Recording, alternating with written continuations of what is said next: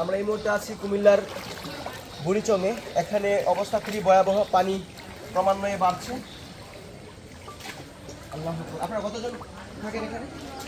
6টা ফ্যামিলি। আচ্ছা রাজীব ভাই,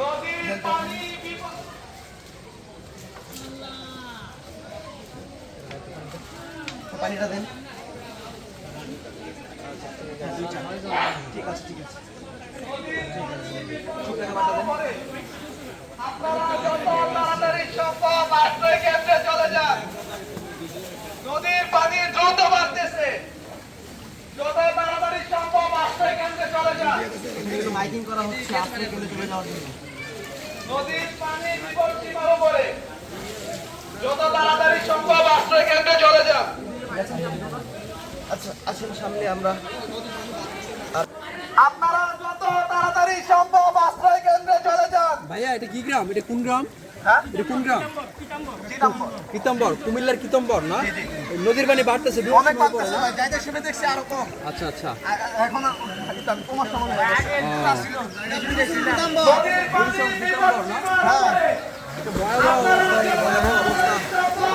আপনারা দেখতে পাচ্ছেন সবাই কিন্তু আশ্রয় কেন্দ্রে যাওয়ার জন্য অনুরোধ করা হচ্ছে। সবাই চলে যাচ্ছে আশ্রয় কেন্দ্রে।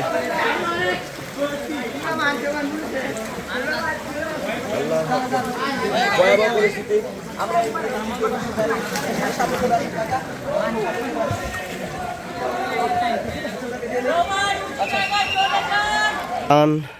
আমরা তাদেরকে দিয়েছি, আসলে তাদের কারোর এরকম ভিডিও করিনি।